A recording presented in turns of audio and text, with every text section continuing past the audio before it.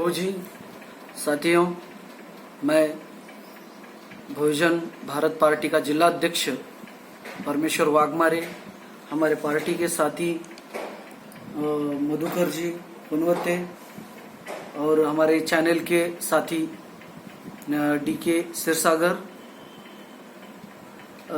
आज हम हमारे पार्टी के राष्ट्रीय अध्यक्ष प्राध्यापक वेंकटेश जी कस्बे सर के पास, जो हमारे देश भारत और चीन एक गलवान वैली में जो हमारे 20 सैनिक शहीद हुए, इस मसले के बारे में चर्चा करने के लिए आज हम यहाँ पर इकट्ठे हुए हैं। हमारे पार्टी के राष्ट्रीय अध्यक्ष कस्बे सर, ये जो हाल ही में चीन और भारत का जो मसला है, जो आने वाले समय में क्या रंग देने वाला है, इसके बारे में हमें थोड़ा सा आप मार्गदर्शन कीजिए। इसके बारे में हम चर्चा करने के लिए आपके पास आए हैं। जय भीम साथियों, पूरे भारत में आज जो चीन और भारत की सरहद पर जो 20 सैनिक हमारे मारे हैं, उस सिलसिले में हर तरफ से शहीदों के प्रति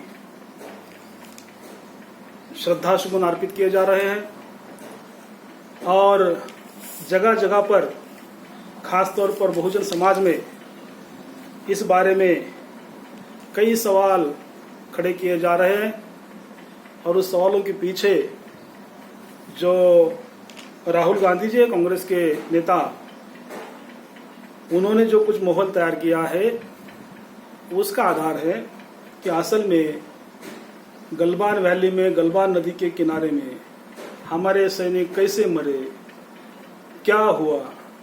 तो इस बारे में सरकार की तरफ से, भारत सरकार की तरफ से कुछ क्लियर डायरेक्शन या स्पष्टीकरण नहीं दिया जा रहा है। ऐसा कहा जा रहा है कि डिफेंस का मैटर है, सिक्योरिटी का मैटर है, खुली बात नहीं की जा सकती है। सही भी है, लेकिन कुछ तो तौर पर लोगों के ख्याल में, लोगों के संज्ञान में ये लाना चाहिए कि असल में क्या हुआ है। जहां तक मेरी समझ है, उस हिसाब से अक्साई चीन में, जो कि 1962 में भारत और चीन के दरमियान में जो युद्ध हुआ था, उसमें भारत का जो कश्मीर लद्दाख के नजदीक वाला बहुत सा प्रदेश है, चीन ने अपने कब्जे में कर लिया था और भारत के कमजोर राजनीतिक दांवपेच के तहत चीन से भारत वो प्रदेश अपने कब्जे में, अपने हिस्से में लेने के लिए नाकामयाब रहा। उसी अक्साई चीन में 6 जून को हमारे मिलिट्री ऑफिसर ने, उधर के मिलिट्री ऑफिसर से एक बार बात की थी। नदी के उस पार चीन अपने सैनिकों को इकट्ठा कर रहा है, वहां पर इंफ्रास्ट्रक्चर का कुछ काम कर रहा है, रोड बनाए जा रहे हैं और बड़े पैमाने पर सैनिकों की वहां पर भीड़ इकट्ठा की जा रही है, जो कि गलत है। और 1993 में और 1996 में जो भारत और चीन के दरमियान में पंचशील तत्वों का पालन करने का ये एक समझौता हुआ था, एक संधि हुई थी, उसका उल्लंघन है, ये बताने के लिए अपना आर्मी ऑफिसर चीन के आर्मी ऑफिसर से बात करने के लिए 6 जून को गया और वहां बातचीत भी हुई कि अभी ये जो कलेक्शन हो रहा है, रोड का इंफ्रास्ट्रक्चर काम हो रहा है, मिलिट्री इकट्ठा करना हो रहा है, तो उसको बंद करेंगे। लेकिन 15 जून तक उसका कुछ वो चीन का पॉजिटिव रिस्पांस नहीं मिला। वो सैनिक को इकट्ठा कर रहा है वहां पर। तो हमारा यही ऑफिसर बाद में और एक बार वो उसके पास गया 15 जून के दिन और चीन के अफसर को समझाने लगा कि ये गलत है, समझौते का ये खुलेआमपने उल्लंघन है। तो फिर उन दोनों के बीच में बातचीत बढ़ी और झगड़े में रूपांतरित हुई और वहीं पर हमारे अफसर को भी और कुछ सैनिकों को भी चीन की तरफ से पीटना शुरू हुआ। ऐसा कहा जाता है दोनों में लोहे के रॉड से ये लड़ाई हुई, ये इसमें झगड़े हुए और उस सिलसिले में हमारे भारत देश के 20 सैनिक शहीद हुए। ये ऐसा मैटर बहुत से न्यूज चैनलों की तरफ से जब हम थोड़े सूक्ष्म रूप से देखते हैं तो हमारे समझ में आता है। तो यही मैटर है। तो आप इसके लिए किसे जिम्मेदार ठहराते हैं? ये जिम्मेदारी तो बड़े अधिकारियों, बड़े लोगों के खाने पर होती है और यहाँ सबसे बड़ा आर्मी का अगर खाना या जिम्मेदारी किसके पास होगी तो गवर्नमेंट के पास है। और गवर्नमेंट में आज तक जो ब्राह्मण राज्यकर्ता बन बैठे हैं उनके दुगली नीति का परिणाम है कि बार बार हमारे ऐसे सैनिक बॉर्डर पर मारे जाते हैं। ब्राह्मण शासक और ब्राह्मण राज्यकर्ता जो लोग हैं, इतिहास के पन्नों को हम अगर झांक के देखें तो ब्राह्मण राजनेता कभी इस देश को सक्षम तरीके से रूल नहीं कर पाया है। और दुर्दैव, बड़े दुर्भाग्य की बात है कि आजादी के बाद भी अलग अलग तरीके से, या तो कांग्रेस के माध्यम से हो या फिर बीजेपी के माध्यम से हो, बार बार जो भी इसका रूलर बनता है या शासक बनता है या मिनिस्ट्री बनती है वो ज्यादा तौर पर ब्राह्मणों के हाथ में रहती है। और दुर्भाग्यवश ब्राह्मण इस समय में खुद के स्वार्थ से ज्यादा देश का हित कभी नहीं देखता है। इसलिए कांग्रेस का समय हो, पंडित जवाहरलाल नेहरू जी का समय, पंडित जवाहरलाल नेहरू जी मतलब ये कश्मीरी ब्राह्मण हैं, उनकी गलतियां हैं बहुत से, जिसकी वजह से चीन और भारत के दरमियान में जो तनाव रहता है हमेशा, तो कश्मीरी ब्राह्मण पंडित जवाहरलाल नेहरू के बदौलत है। और उसके बाद में आज जो झगड़े हुए हैं, हमारे 20 सैनिक मरे हैं, उसमें भी ये भले ही चेहरा मोदी का दिखता हो बीजेपी का, लेकिन उसके पीछे चलाने वाला एक ब्राह्मण का संगठन है आरएसएस, वो नीतियां प्रोवाइड करता है। और उसके बदौलत पुअर पॉलिटिकल स्ट्रेटेजिक प्लान की वजह से और उनके पॉलिसी की वजह से यह हमारा ऐसा नुकसान हुआ है। तो डिफेंस पॉलिसी में इन राजकर्ताओं की क्या गलती है? डिफेंस या जो भी फॉरेन पॉलिसीज है, एक्सटर्नल अफेयर्स की पॉलिसीज है, ये राज्यकर्ता इस देश में जो शासक होता है या ये ब्राह्मण शासक होता है, वो हमेशा शासनकर्ता के तौर पर खुद को ज्यादा फ्रंट में लाता है। इतिहास ऐसे है कि ये लोग शासन चलाने में फेल हो चुके हैं। बाजीराव पेशवा का उदाहरण ले सकते हैं हम। वो ब्राह्मण था, लेकिन उसके समय में हमारे अलग अलग देशों के प्रति, हमारे अलग अलग लोगों के प्रति क्या रूल रहा हम सब जानते हैं। बाजीराव पेशवे के समय में जातियों का गठन ज्यादा हुआ, हमारे गले में मड़का लगाया गया, कमरे को झाड़ू लगाया गया। तो ये साबित करता है इतिहास की ब्राह्मण जो रूलर होता है वो सारे जातियों के, सारे बहुजन समाज के लोगों को साथ में नहीं ले जा सकता। और फिलहाल अभी भी वही सिचुएशन है कि आर्मी की पॉलिसी जो होती है, आर्मी का रिक्रूटमेंट जो होता है या फॉरेन एक्सचेंज की पॉलिसी जो होती है, उसमें जो डिसीजन लेने के जो पावर होते हैं, उस डिसीजन मेकिंग पावर में SC ST OBC का ब्राह्मण जाति या ब्राह्मण नेताओं को छोड़कर किसी दूसरे जाति का उसमें कुछ इन्वॉल्वमेंट नहीं है। और इसलिए यही लोग हैं जो उसको जिम्मेदार मतलब बताए जाते हैं। अभी आर्मी में जाति के आधार पे जो रेजिमेंट है वो क्या है? जाति के आधार पर रेजिमेंट होना और इन SC ST OBC जो 1935 के रूल के हिसाब से कैटेगराइजेशन किया है अलग अलग जातियों का, उनके गुटों का, उन लोगों का वहां पर इन्वॉल्वमेंट होना, मतलब रिजर्वेशन होना आर्मी में बड़े बड़े अधिकारी के लेवल पर, उसके हिसाब से जाने वाले अधिकारी जो होंगे वो डिसीजन में आएंगे। जाति के आधार पर रेजिमेंट करना और रिजर्वेशन लगाना ये दो अलग बातें हैं। जाति के आधार पर रेजिमेंट किसने बनाया? जाति के आधार पर रेजिमेंट बनाए गए अंग्रेजों की तरफ से।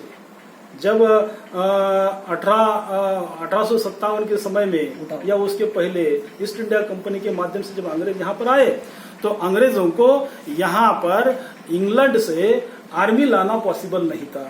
तो इसलिए अंग्रेजों ने यहीं के जो लोग हैं जो उनके साथ में लॉयल रहते हैं उन लोगों को, उन कम्युनिटी को अलग अलग सेक्शन में नौकरियों में भर्ती कर लिया गया और उसी के तहत आर्मी में भी ब्राह्मण कम्युनिटी उनके नाम से कुछ रेजिमेंट बनाए गए। किसकी तरफ से? अंग्रेजों की तरफ से। कुछ मराठा कम्युनिटीज, कुछ जाट कम्युनिटीज। तो जाति के आधार पर रेजिमेंट बनाने का सिलसिला अंग्रेजों के समय में हुआ है। तो वो रेजिमेंट जाति के आधार पर बनाना ये कोई आरक्षण का मैटर नहीं है। सब जातियों को, सब समाज को इन्वॉल्व किया गया है। तो फिर महाराष्ट्र में भी एक नेता था, मतलब क्रांति गुरु था सावले, लहुजी सालवे, उसके नाम पर क्यों रेजिमेंट नहीं बना? हाँ, तो मैं आपको वही बताने वाला था कि ऐसा नहीं है कि जिन जातियों के अंग्रेजों ने रेजिमेंट बनाए, जिन समाज के रेजिमेंट अंग्रेजों ने बनाए वही बहुत ब्रेव थे, उनके बावजूद दूसरा कोई यहाँ पर साहसी कम्युनिटी नहीं है, ऐसा तो नहीं कहा जा सकता है। ये जरूर कहा जा सकता है कि कुछ कम्युनिटीज है, मराठा कम्युनिटीज है, कुछ कम्युनिटीज है, जाट कम्युनिटीज है, कुछ कम्युनिटीज है, महार कम्युनिटीज, जिनके नाम से रेजिमेंट बनाए गए। ये तो साहसी है ही, इसमें कोई दिक्कत नहीं है। लेकिन उसके साथ साथ इस महाराष्ट्र में, इस भारत में मातंग कम्युनिटी है, मादिगा कम्युनिटी है, या फिर चर्मकार कम्युनिटी है, उसके साथ में हम कहें तो बंजारा कम्युनिटी है, ये रामोसी कम्युनिटी है। इनका इतिहास भी अगर हम देख ले तो ये भी साहसी कम्युनिटीज है। इन्होंने भी लड़ाया लड़ी है। इन्होंने भी लहुजी सालवे जी का नाम लिया आपने। क्रांति गुरु लहुजी सालवे बहुत बड़े हमारे महापुरुष थे। आप जानते हैं क्रांति गुरु लहुजी सालवे का इतिहास क्या है? उन्होंने महाराष्ट्र में लड़ाई जीतना तो छोड़ दो, छोटी मोटी, क्रांति गुरु लहुजी सालवे ने लड़ाई जीतने वाले सेनापति आपने शाला से, आपने पाठशाला से तैयार किए हैं। उन्होंने युद्ध की प्रशिक्षण केंद्र वाली कुछ पाठशालाएं पूना में चलाई है। उनके माध्यम से कि लहुजी ने जो अभी के मतलब उस समय के जो महिलाओं के लिए स्कूल नहीं हुआ करते थे, महिला पढ़ाया नहीं जाता था, वो सावित्रीबाई फुले ने जो महाराष्ट्र में स्कूल निकाले थे, उस स्कूल को संरक्षण, ये मनुवादी लोगों के विरोध में संरक्षण देने का काम किया गया, ऐसा कहा जाता है। ये सही है क्या? नहीं, वो तो सही है। शिक्षण की जो कोई पद्धति थी या उसका जो रिजर्वेशन था, ब्राह्मणों ने सदियों से अपने हित में खुद के लिए रिजर्व करके रखा था। हम धन्य है कि हमारे समाज में महात्मा फुले जी का जन्म हुआ। उन्होंने अलग अलग महार समाज है, मादिगा समाज है, मातंग समाज है, ये जो कम्युनिटी को ब्राह्मणों के शासन काल में शिक्षा नहीं दी जाती थी, उन कम्युनिटी को महात्मा फुले जी ने शिक्षा के लिए दरवाजे खुले कर दिए। और उसी समय उनको तकलीफ होने लगी तो लहुजी जो क्रांतिकारक थे, क्रांति गुरु लहुजी सालवे, उन्होंने उनको प्रोटेक्शन दिया। तो मेरी बात सुनो पहले। लहुजी सालवे जी का जो इतिहास है वो सशस्त्र क्रांतिकारी तैयार करने का इतिहास है। और ऐसे क्रांतिकारी जिस समाज में पैदा हुए हैं, जो गुरु लहुजी क्रांति गुरु यहाँ पर पैदा हुए हैं, वो मादिगा समाज, वो मातंग समाज, ऐसे कहा जाता है कि वो मार्शल रेस नहीं है। ब्रिटिशों ने जब बनाया, किसी कम्युनिटी को नाम दिए उन्होंने। उनका कहना ये था कि कुछ कम्युनिटीज है भारत में जिसको मार्शियल कम्युनिटी बोली जा सकती है। मार्शियल कम्युनिटी का मतलब समझ रहे हैं आप? मार्शियल रेस का मतलब समझ रहे? कुछ खानदान, कुछ पीढ़ियां, कुछ वंश ऐसे हैं जो कि इतिहास में बहुत लड़वाए रहे हैं, साहसी रहे हैं, युद्ध जीते हैं। तो युद्ध जीतने की नीति पढ़ाने वाले, जिन्होंने पूरे बाल गंगाधर तिलक से लेकर वो तुम्हारे वासुदेव बलवंत फड़के जी को लेकर अलग अलग कम्युनिटी के लोगों को युद्ध के नीति में तरबेज किया, युद्ध के नीति में निपुण किया। ऐसे क्रांतिगुरु लहुजी सालवे ने अपने कम्युनिटी के लोगों को, मादिगा समाज के, मातंग समाज के लोगों को युद्ध की शिक्षा नहीं दी होगी? क्या इन्होंने पराक्रम नहीं किया होगा? ऐसा तो नहीं हो सकता।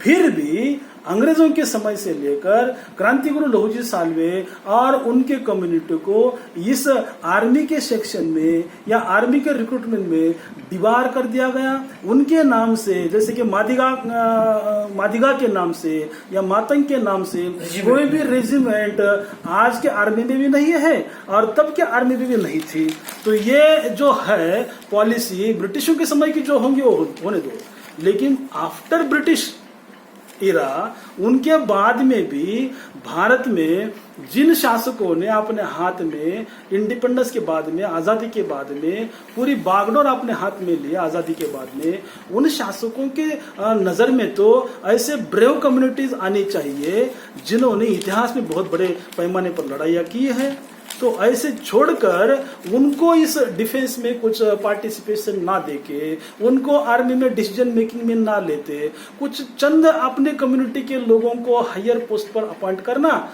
और उनके माध्यम से राजनीति या युद्ध की नीति डिसाइड करना, इनके बस की तो ये बात नहीं है। इसलिए बार बार ये फेल हो रहे हैं। सम्राट अशोक के समय में जिन्होंने रूल किया वो है मादिगा कम्युनिटी, वो है मातंग कम्युनिटी, वो है महार कम्युनिटी, वो है चमार कम्युनिटी। ये बहुजन कम्युनिटी के लोग जो है इनको इतिहास है लड़ाइयों का और राजा बनने का, तो इनको पर्पस पूरी डोमिनेट करके ब्राह्मण जो पावर मेकिंग में या डिसीजन मेकिंग में बहुत ही सर्टेन नहीं होता है, फिक्स नहीं होता है, वो दल बदलू होता है, वो उनको वहां पर ज्यादा प्रमोट करके इन्होंने ये डिफेंस की पॉलिसी बनाई, इसलिए हम फेल होते जा रहे हैं।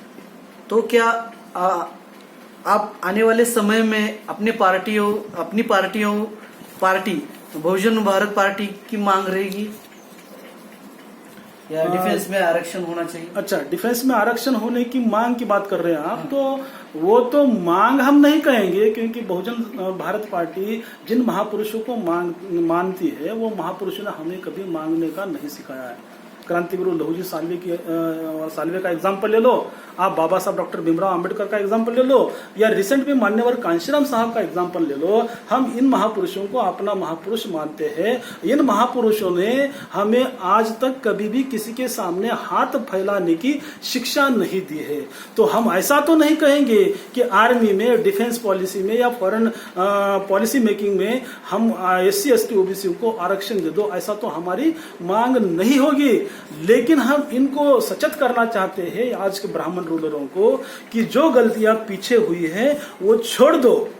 आप आने वाले समय में कम से कम जो सही में ब्रेव कम्युनिटीज है, जो सही में अच्छे लोग हैं, जो बहुजन कम्युनिटी में अच्छे साहसी कम्युनिटीज है, उन सारे लोगों का आपके डिफेंस पॉलिसी में इन्वॉल्वमेंट करके ले लो। मांग हो, मादिगा हो, महार हो, चमार हो, माली हो, बंजारा हो या फिर रामोसी हो, ये इतिहास में इन्होंने बहुत से लड़ाई जीती है, लड़ाई लड़ी है। और छत्रपति शिवाजी महाराज के समय में भी इन्होंने काफी अच्छा अपना दिखाया है, अपना कर्तव्य दिखाया है। तो ये कम्युनिटी को अगर आपको आर्मी में लेना है और उनके ब्रेन टैलेंट का, उनके फिजिकल टैलेंट का अगर आपको कुछ फायदा करके लेना है तो निश्चित तौर पर इनको आर्मी में जगह देनी चाहिए। तो आप रेजिमेंट के नाम पर कुछ लोगों को ले रहे हैं नजदीक, लेकिन बहुत सी कम्युनिटियां हैं, उनको अगर अंदर लेना है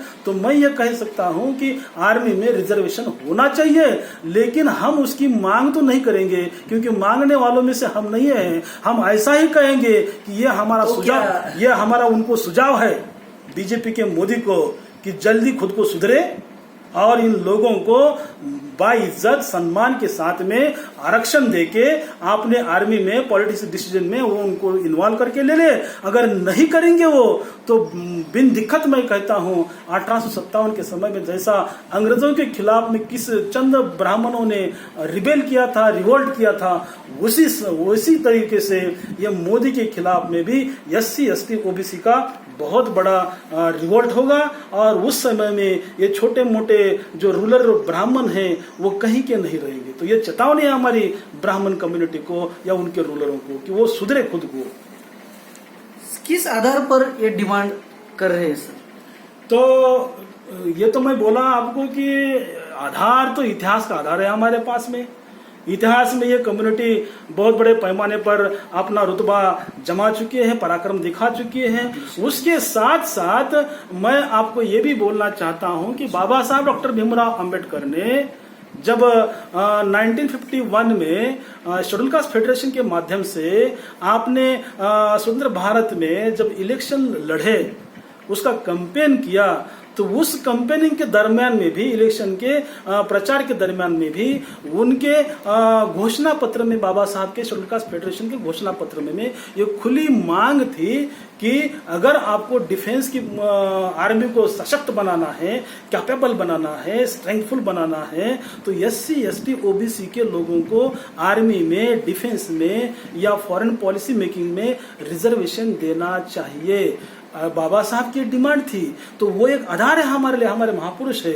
अगर ये डिफेंस में रिजर्वेशन देते हैं तो निश्चित तौर पर आर्मी सशक्त बन सकती है।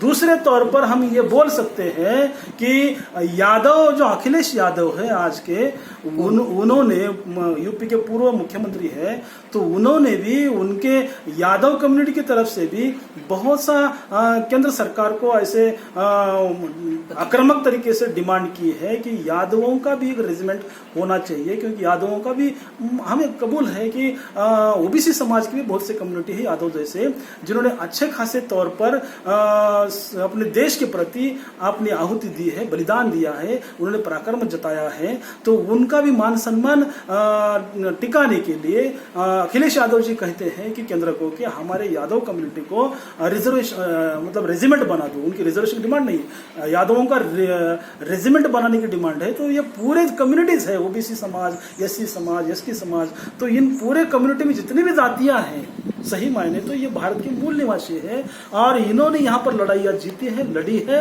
इनको काफी अनुभव है इस बात का। लेकिन बड़े दुर्भाग्य की बात है कि SC ST OBC ये पूरे आर्मी के पॉलिसी मेकिंग में अंदर पावरफुल पोजीशन पर नहीं है, जिसके तहत नीतियाँ कमजोर बनती है और उस नीतियों के तहत हमारे छोटे मोटे जो लोग रहते हैं, गरीब समाज के जो निचले तबके पर आर्मी में रहते हैं, तो उनको लड़ाई में गोलियां अपने सीने पर लेकर मरना पड़ता है। तो यही वो सिलसिला है जिसके बदौलत ये मैटर हमें समझ लेना चाहिए। धन्यवाद सर। जो अभी हमें चीन और भारत के ये बढ़ते मसले पर सकुल से मार्गदर्शन, उस पर चर्चा करवाई, इसलिए मैं अपनी पार्टी की ओर से हमारे राष्ट्रीय अध्यक्ष प्राध्यापक वेंकटेश जी कस्बे का मैं आभार प्रकट करता हूं और मेरे यहाँ जमे सभी साथियों का भी मैं धन्यवाद करते हुए आभार व्यक्त करता हूं।